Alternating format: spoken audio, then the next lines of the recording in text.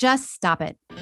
The run-of-the-mill, cheesy, humdrum bullshit status quo just tires me out.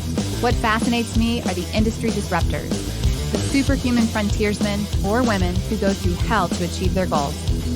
Join me as we meet and learn from those mavericks, rebels, and business leaders that aren't afraid to piss off the establishment in order to make radical change for good. Sponsored by Johto PR, the disruptive anti-PR firm that murders your competition with cinder blocks and cyanide. This is Disruption Interruption. Welcome back, everybody, to Disruption Interruption. I'm your host, KJ, and we're here today to talk to another industry leader that has steered off the lame, tired path of the status quo. Today's guest has been disrupting since he was in his 20s, when he learned how to harness digital marketing before it was cool. In his previous position at Thycotic CMO and then Chief of Staff, he helped guide the company through incredible growth and a successful exit of $1.4 billion. It's been a similar story with other companies.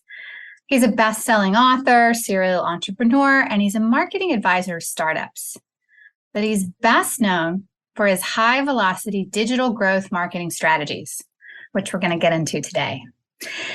And he's coming from my home state, Sugar Land, Texas. Please welcome our disruptor, marketing advisor at Insight Partners, Steve Kahan. Thank you, KJ. Good to be with you. Good to be with you. So I referenced Sugar Land as a state, but really Texas is its own country. So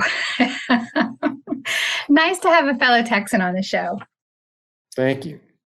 Okay, Stephen. So before we get into things, you've been a disruptor pretty much all your life. You started at a startup before even startups were cool. You started in digital marketing before it was cool. What is your main ingredient for disruptive innovation? I think that causing disruption, what I've found, having led disruption at multiple places, is hard work. And to me, the most important ingredient is realizing there's no substitute for hard work. I've found that you just have to roll up your sleeves and get your hands dirty. I mean, today, for example, I was called by a venture capital firm, was asking if I felt that there was room in the market for a company on the low end. And it was a very simple question, but really to answer that question fully, there would be so much hard work ahead of them. And what I found is that no great achievements are possible or sustained without hard work. And hard work is the price you'll pay for the success that you desire to achieve. I love that. That's actually one of my favorites. And I don't say that lightly. I know all my other guests are going to be jealous, but it is hard work, and hard work does reap rewards. Hard work, the persistence to that, being mindful of your goal, doing the things that won. But hard work is always a key component. I love that you said that. So let's get into hard work with marketing, because it is a painful process for companies and startups to really develop their marketing teams, systems, processes. It can be painful. Would you agree? Yeah, absolutely. I mean, what I've found is that overall CEOs, they're not happy with the return on their marketing investments. And to back that up, there was a recent McKinsey survey that said that 83% of CEOs said they expect marketing to drive most of their company's growth. Yet, according to the Harvard Business Review, roughly 80% of CEOs are dissatisfied with their marketing results. And so when you look at that, and you look at then the pressure on sales and marketing leaders, a lot of them are overwhelmed by revenue expectations they can't meet. And this affects companies of all sizes, from startups all the way up to the Fortune 50. And clearly, something is broken. Clearly, something is broken. I've also noticed, interesting that you say that. I've also noticed that CMOs really have a big brunt of a lot of the stress, right? And they don't last as long in their positions or aren't as trusted as their other C-suite counterparts. Yeah, that's absolutely true. I've seen studies to that effect, and I've seen it just in the technology industry where I've spent the majority of my career. And I think part of the reason for that is the way people buy has completely changed. And the marketing strategies that worked even a few years ago don't work quite as well today. And every CMO or CEO that I talk to, they're looking for some amazing and incredible silver bullet that somehow is going to change the trajectory of their results. And I can tell you, KJ, that silver bullet rarely, if ever, exists. I knew you were going to say silver bullet. I just knew it. What doesn't work as well? Let's get into that. Let's get into the status quo. And is this mostly for B2B? B2B's definitely changed.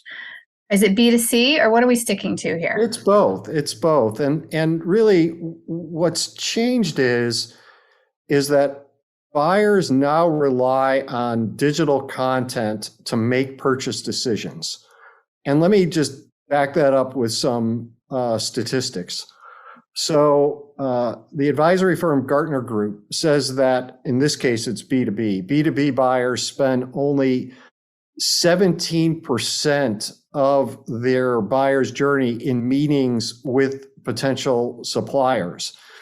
And then there's more data. So 62% of those buyers say that they develop selection criteria for finalizing a vendor list based solely on digital content. And think about it in your own life. I mean, if you were even going to buy a car, just take that, right? I mean, you're probably not going to go from dealer to dealer and have that wonderful experience of speaking to 15 car salesmen, right? And probably what you're going to do is you're going to go do some research and do some Googling, right? It's what everybody does. And so 70% of those buyers say that buying from a website is certainly the most convenient way to buy products or services. And about 70% of those buyers prefer not to interact with a sales representative as their primary source of information. And so, if you just take a step back and think about what that means, is that you've got organizations with sales forces and salespeople who kind of do the same old, right? And so buyers are looking for information online. They're educating themselves. Sometimes they know what's available and the products, unfortunately, better than some of those salespeople actually do. And so they're doing their research. They're doing what we all do. They're looking at reviews, right? And so this new level of information parity during the buying process has totally changed the way marketers have to act with those potential buyers to influence them towards their products and services. Let's spell it out for our listeners, because I know that they're listening right now and they're like, yeah, same old, same old. They're probably one listener is, thinking of a few items and another listener is thinking of a few items. Let's kind of put it in their face a little bit. What's the same old that is not working as well? Yeah, I mean, the same old is, for example, going to trade shows, getting those leads to a sales team, and having that team follow up and hope that you're going to have a super high velocity go-to-market motion. Some of the same old could even be online. It could be putting average content that doesn't really capture a buyer's imagination and attention just out and available, even in the sites where those buyers hang out. And think about it, right? So here's a great way for someone to put it directly to your listeners is when you go do your research online, how often do you love putting in your name, address, email, and phone number out online? If you're like me, the answer is like almost never. Only if I right? really, really want it. And it's got to be something I really right. It's got to be so like something that's so incredibly awesome for you that you're actually going to do that. And so if you think about what that means, then is that is exactly what your situation is what those same buyers feel, right? And so they don't want to put their information online either because they know what's going to happen. They're going to get hounded by a bunch of sales reps that they don't want to be hounded by, right? And so that is kind of the reality of the situation. And so you've got to be great online if you're going to consistently grow revenue. And you've got to be able to do it by delivering great content. And you've got to capture someone's imagination quickly. I mean, people scan online, like they're not going to read someone's 15-page white paper that they have written and are so proud of.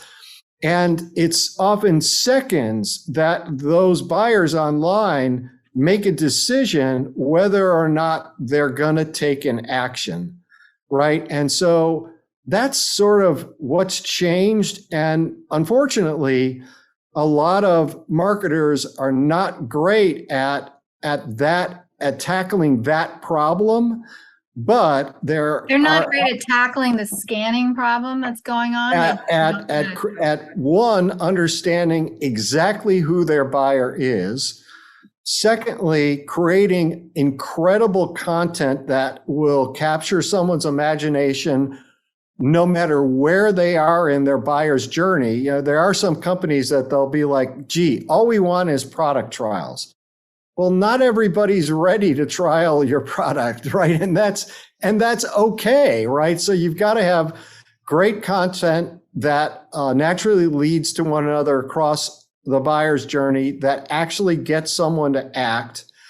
And then, of course, being great on Google, because that's how a lot of people are buying these days. Like they're doing what we all do. They're doing searches on Google and they see what comes up, and you've got to be there, and then you've got to be great from that moment on forward. And again, a lot of organizations have not cracked that code, and that's why sort of their digital marketing results are not where they want them to be.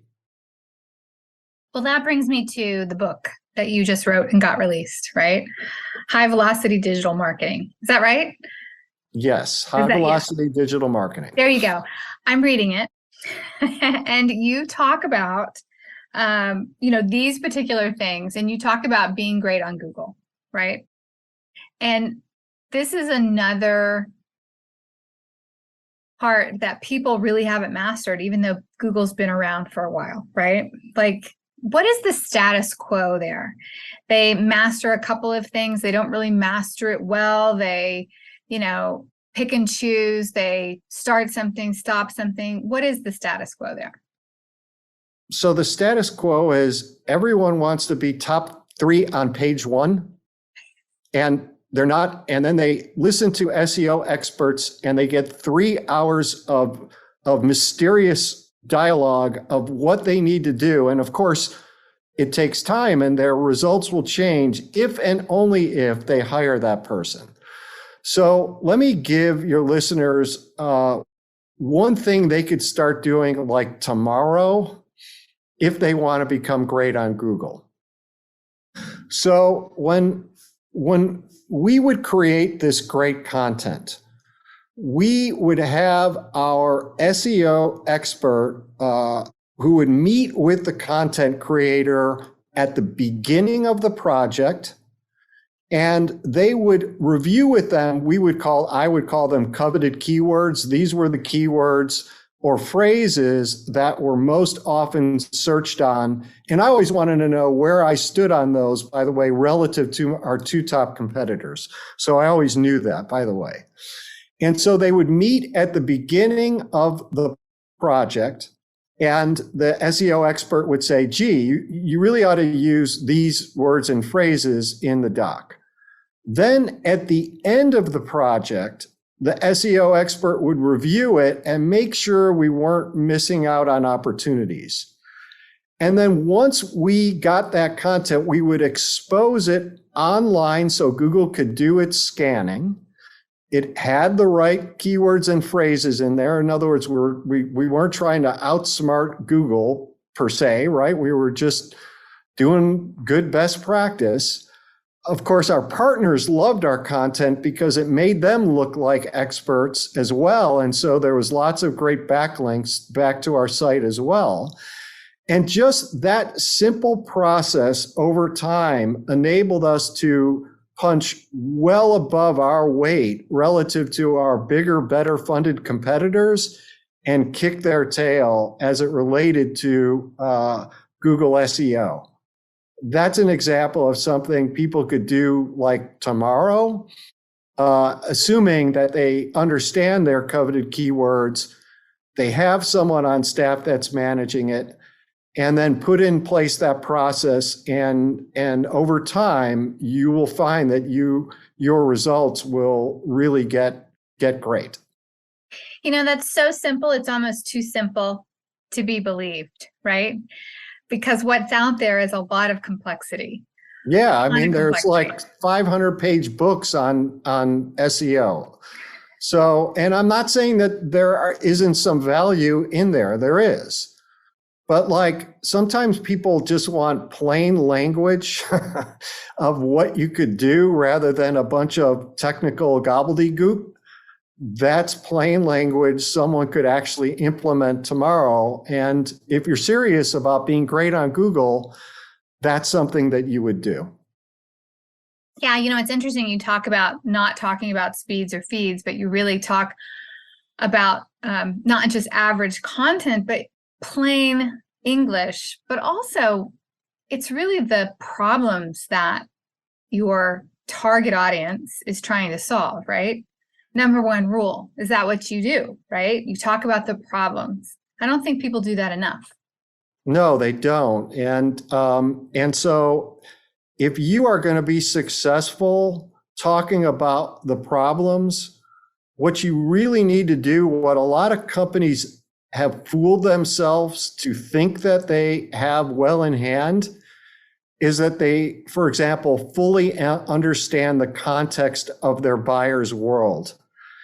And what I find more often than not is they don't.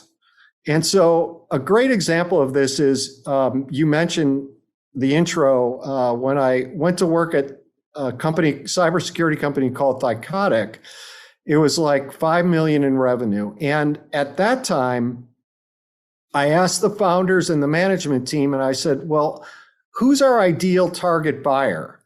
And they were like, well, gee, Steve, I mean, you ought to know that. I mean, we're a cybersecurity company. Of course, it's the chief information security officer. It's the CISO. And so I said, okay, great. And so then I started interviewing the customers and potential customers. And I had my first aha moment, which was, that wasn't our buyer at all. Our buyer were IT admins who happened to be responsible for security as well. And so think about it. If I wanted to be great marketing online and I was spending a lot of time and money marketing to the CISOs, and I didn't get a return on my marketing investment, and I had like a lot of other good practices in place, and I had great content, for example, that targeted that CISO, our revenue wouldn't have grown. But like, that's just one small example in the real world of an organization that didn't know who its buyer was. It wasn't that the CISO didn't need to be aware, they did, but it wasn't who our buyer was. And then once we understood that, we took a whole host of different decisions that enabled us to scale revenue and scale it really quickly. Where do you find the disconnect comes in? Because that's a company was at 5 million when you got on there, right? So, that's not chump change. They were selling, and they did have a sales process. Where do you find the disconnect comes in with companies where they don't truly know their target audience? Well, one is maybe their sales reps talk to the buyers, but the folks who are creating some of their go-to-market, their marketing strategy and execution aren't. So they're operating in some sort of closed silo, maybe in their office, but perhaps nowadays in their home office. And so they really don't understand that. And then I would say, secondly, is even if they are talking to the customers, they're not asking them the right questions. So a good example of that is even what we started talking about today, about the status quo, asking questions about the status quo, right? And so a lot of times when people are talking to customers, they're sort of like, they already have some presumption of what that answer is, and they're almost leading them in a direction because just so happens their products happen to solve for the stuff in that direction. But like, when you think about the status quo, a lot of times you don't lose business to a competitor. You lose business to an organization just not doing anything, right? That the status quo was good enough, right? And so if you don't understand the status quo and the potential obstacles or limitations around it, that's just one example of a disconnect of several types of questions that would help you understand that buyer in far greater detail to truly understand then how you could create a position and messages and content that resonate with them. So what did you do? That was a lot of deep digging for you. When you did you talk to prospects or did you talk to clients? Yeah, so here's a real example. Yeah. So we were, and I'll stay with the same company mostly because it'll help with the consistency in thought. So once I started to understand customers, and Thycotic was in a space that was called privileged access management, right? And so you have to understand the context. And so privileged access management is part of cybersecurity. And what it is every single device, every application, every network, everything in your infrastructure has a password. Those passwords are known as privileged passwords. And so if you asked any of those IT admins who were responsible for securing the infrastructure that they were administering, or even the CISOs, right, who were creating policy, concerned about compliance, things like that, and you say to them, how many privileged passwords do you have? And 100% of them, literally, I'm not saying not 99%, 100%, had absolutely no idea. And if you don't know how many privileged passwords you have, how are you going to manage and secure them? And the reason for this is because the infrastructures, they're complex, right? And includes cloud and all that. And so we had and so I knew that, right? Because I asked them. And so part of our product, paid for product, was a discovery portion where it would discover those privileged passwords. So I was like, gee, what if we gave away the discovery portion of our tool for free? We create a privileged password discovery tool where it would discover those privileged passwords, and then even within specific environments, so we could target our marketing further, like Unix or Windows. And then we gave a beautiful report that said, well, here are the privileged passwords you have. Here's the risk associated with that. And here's what you need to do to manage and secure them. And of course, if they want to do all that manually, God bless. Right. And so that we started giving that away for free, and that flew off the shelves. Right. And so then could train sales organization or partners to follow up on that very much in a consultative, you could say, so what'd you learn? Like how many, like, did you learn about privileged passwords that you have that you didn't know about? And like, what's the risk associated with that? Is that acceptable for y'all? And hey, would you be interested in learning how we might be able to help you? Right. So now they're not pushy salespeople. They're consultative salespeople. And that's just one of many examples that I could give of content then that perfectly fit into something that the buyers really, really, really wanted to know about, where they would give up their personal information. And our website visitor to lead conversion rate was off the charts, best in class, right? And so that's how you think about all of this. And I only would have learned that obstacle by really talking to our customers and potential customers to understand them almost as well as they understood themselves. Wow. And, what about this? So it was like a freemium tool, and I'm sure some of them got it and knew exactly what their threat was, and then they could go about handling it themselves, but you had their information and you could continue to educate them. Right, Content, exactly. right? Like here's another one. Like, and this is like, there's so many ways to look at these free tools, right? So here's another one that also plays right into our PR strategy. So we knew that a lot of organizations were starting to get like, what's this privileged password thing? Like, what does it mean?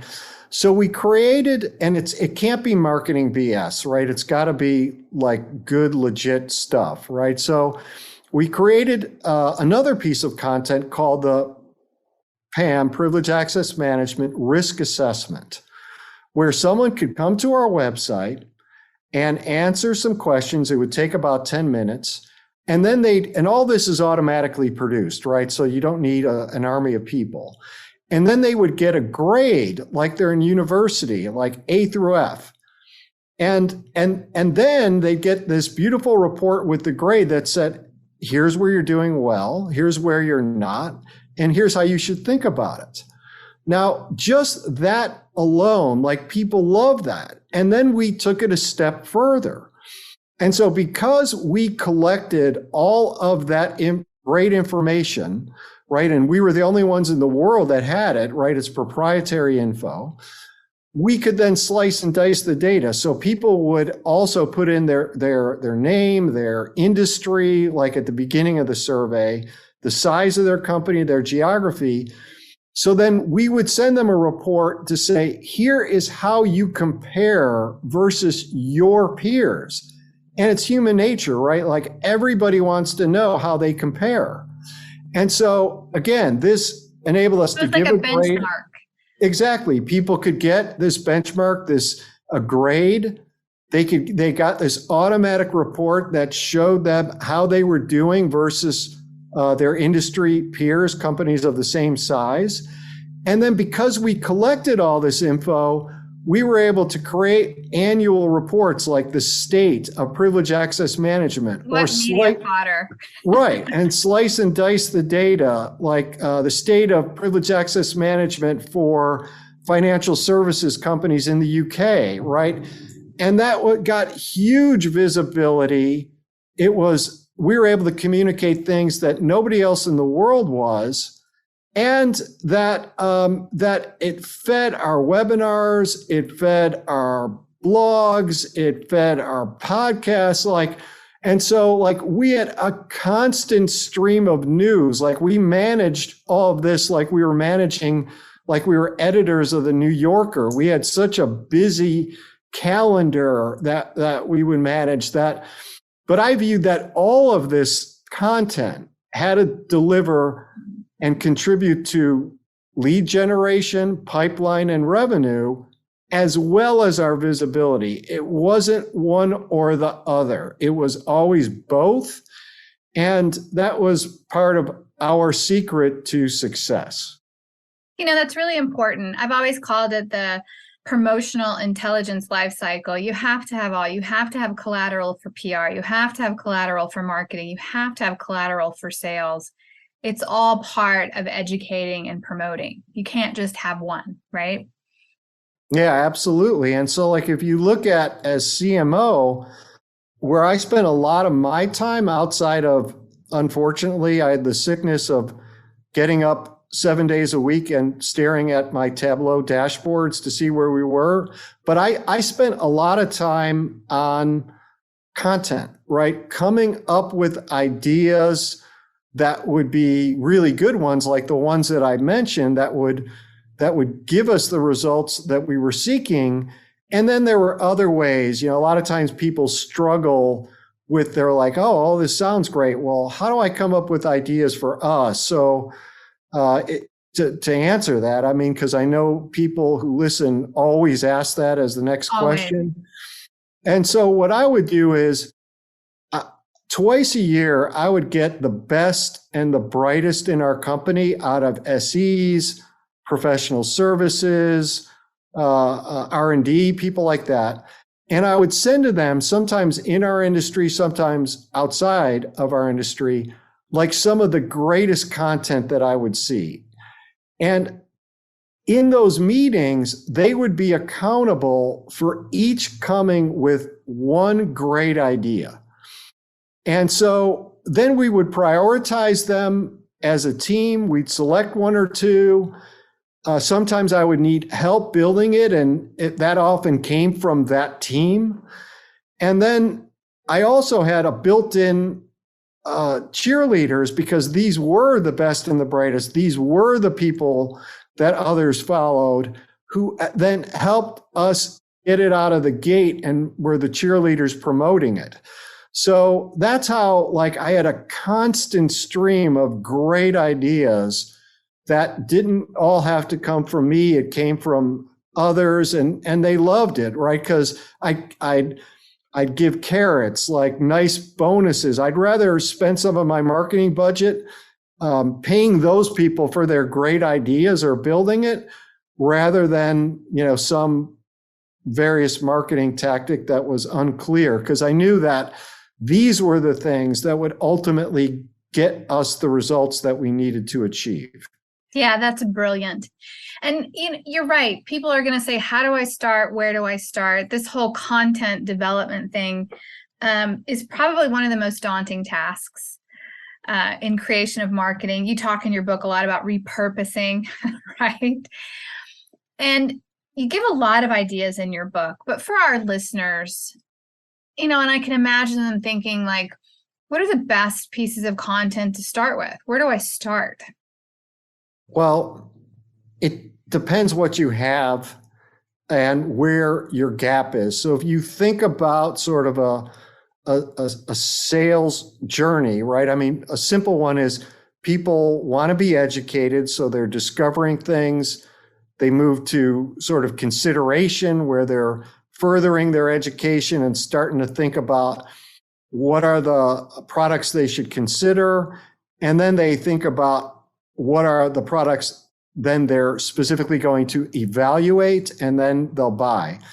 So it depends what you have and what you lack across those stages of the buyer's journey, right? And so the answer is it's really specific to what is the situation for a particular company. But I will tell you this for sure, is that a gap in content in any one of those stages zaps the velocity of any high velocity digital marketing strategy.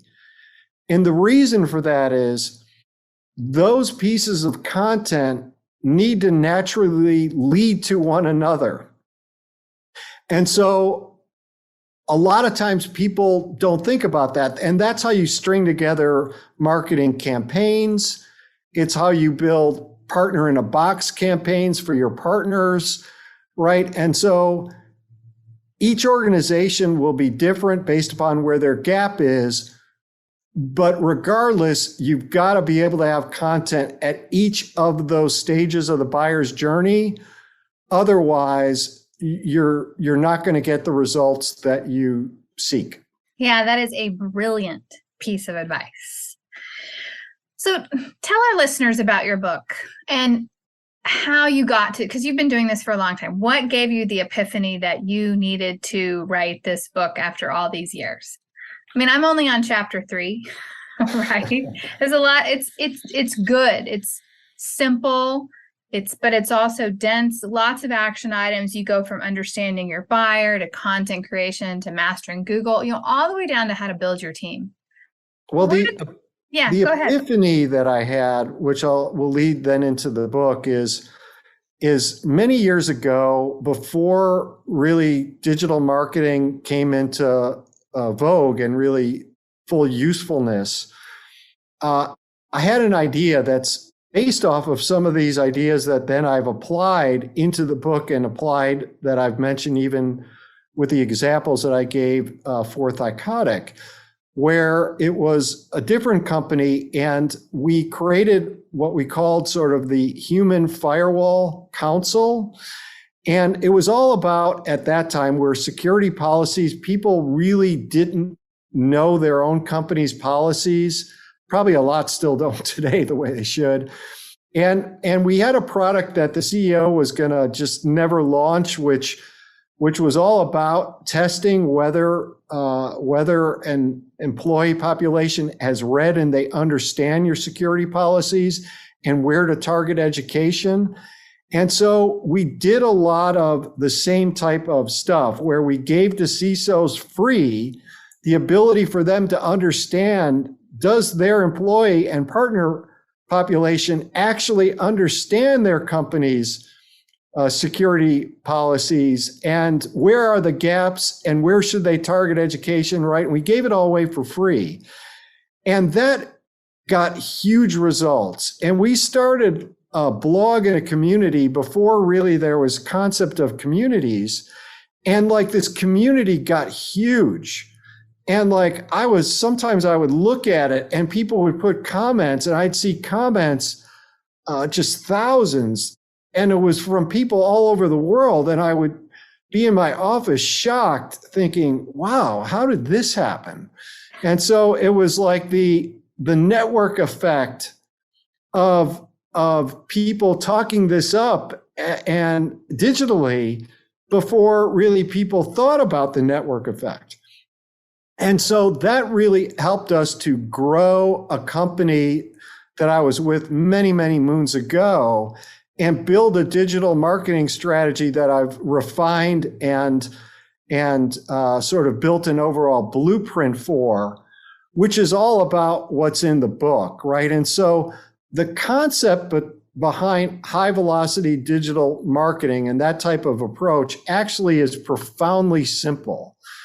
And what it is the quicker you convert digital content-based leads, which is what we've been talking about, into paying customers, the more successful your business, right? I mean, pretty simple. And that time is money, and the single metric that reveals the most about time and money actually is velocity. And velocity is commonly overlooked. It's rarely managed. And high velocity digital marketing focuses really at the end of the day, how fast you're bringing in money. It looks at how quickly you're generating leads, moving them through your pipeline, how much revenue then is produced by customers over a period of time. And so as a result, having high velocity plays a huge role in any business's ability to thrive and grow. And what I've learned is all that like, yeah, okay, that sounds pretty simple, but like implementing a high velocity digital marketing program that actually moves prospects through your pipeline and converts them into customers quickly it's easy to say it, but like a lot of companies struggle to do it well. And that's what the book is all about. So high velocity digital marketing is a how to do it, right? It's a book where people could actually read it and like literally saying, oh, okay, we're going to start doing that like tomorrow, right? So there's too many books that are fluffy and high level or theoretical, and that's just not me. And so I didn't feel like that would be valuable creating another one of those. No. And so it's more of a how to digitally market and have it really impact your business positively. Well, it is very practical. You do have practical examples in there, how-tos. It definitely is not fluffy. You definitely give a roadmap. And I say definitely several times because it's so true. You're quite a bit of a maverick, Stephen.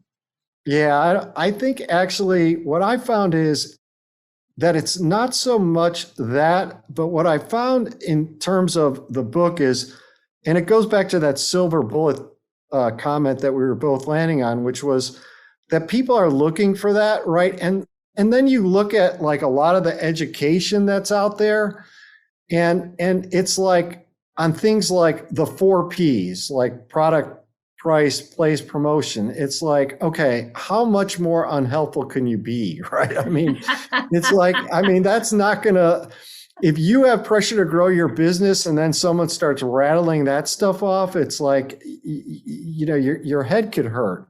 And so like for me, it's a lot of it is the fundamentals, and it's in those fundamentals where the wisdom that lead to results actually come in. So I view it as like putting those fundamentals together for people, connecting those dots and helping people understand like how to do it quickly, because a lot of us are under a lot of pressure to improve results, and like that's pretty stressful, right? And so this allows people to go into things with a clear head and actually do stuff that's going to get them results. Well, it is definitely one of the best marketing books I've ever read. And it bypasses all that crazy jargon fluff that I think is, I don't know what it is, maybe just fixed ideas or false data that people adopt when they study marketing rather than the hard work of applying the fundamentals. I mean, your book really is the essence of hard work, of applying the fundamentals, and then you give people a roadmap. Yeah, I mean, like I also speak to in a lot of universities, and sometimes you have MBA students who have like completed, like just about completed all their business and marketing studies, and then we start going through stuff like this, and they're like, it's like, I've had people comment to me that they got more value in an hour than they have like in the semester. So oh like, my gosh, I hope that's actually epiphany true. too. Yeah, right. Like an expensive, painful epiphany, right? Yeah. Stephen, have you always been this sort of hardworking maverick? I mean, what was little Stephen like? And how did you get into this, particular aspect where you were just going to take digital marketing by the horns and you didn't know anything about it? Well, I'd like to say that it was all a straight line and all figured out. But I would say where it came from and where things started for me was, for me, I was like probably a lot of people where I would hear from my parents when I was growing up. I mean, work hard, get your degree, go to work for a big company. You work hard, they'll take care of you, and you'll have a great career. And I remember all that happening. And I was about a year in at a big company after graduation. And I remember that I was looking at my bank statement, like staring at it. And and then the pile of claims I had to process that day stacking up in front of me. And then I was looking at my student loans on top of it and realizing when those student loans hit that I'd like basically have $50 left in my bank account. And I learned that this wasn't working. And so I asked myself a simple question many years ago, which was, how could I earn a great living loving the work that I do? And where it all started for me was then making a diligent focus into the startup world, where then I got a chance to get in a company to actually do everything because I was the only one in marketing. And I always had the DNA string as being a hard worker, but it really started in the startup world. To me, it's a thrilling place to be. And you work with a lot of like-minded entrepreneurs who kind of are the same way. And so that's, I think, where it was born. And then it just grew over the years. And it's just now part of who I am, I guess. Yeah, well, you added to that hardworking DNA, didn't you? And that's also another book that you wrote having to do with startups. What's the name of that one?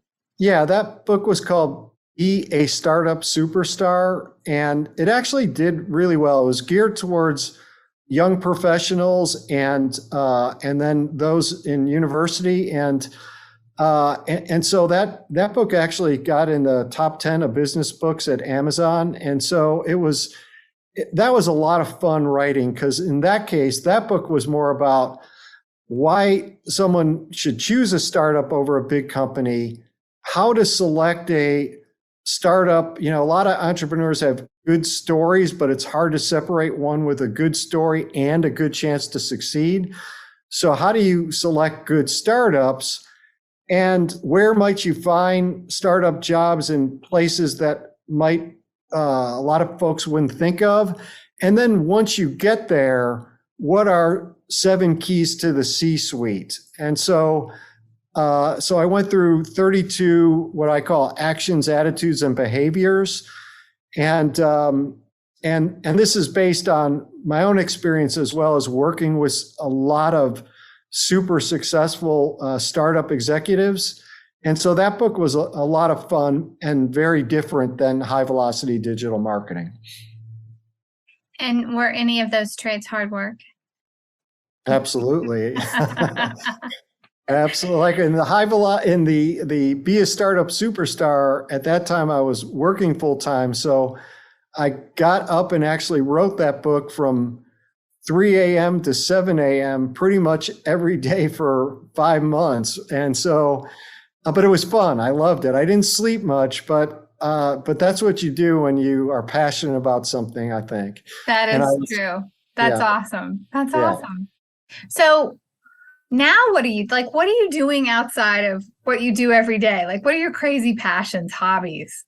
Well, I love to travel. I just got back from a few weeks on a safari in Kruger National Forest. It was incredible. Love to eat good food, drink good wine. I don't know if those could see me, but I love to get on my boat, jet skis, or motorcycle, help professionals grow in their career, and spend time with my grandkids. Okay, there you go. How many grandkids do you have? 2. That's awesome. How old are they? 4 and 2. Okay, that's lovely. Yeah, and you still love helping startups? Oh, I love it. Like I do that. I consult with a number of companies to help them in their marketing, and not full time anymore, but do that part time, so I have time to do all the other stuff. That's awesome. Okay, so give us a plug about your book. Remind people the name of it, where to get it. I highly recommend it. Yeah, so the book, again, is called High Velocity Digital Marketing. The other book is called Be a Startup Superstar. Both are available wherever you would buy books online, like Amazon. And anyone could get in touch with me through my website, which is stephenmarkkahan.com. And what about LinkedIn? Or send me a message in LinkedIn. I usually respond, so that would be fine as well. Okay, awesome. Stephen, thank you so much. Is there any last word of advice, word of wisdom, or nugget that you want to give our listeners about high velocity digital marketing and, give them the impetus to change, because they're going to have to?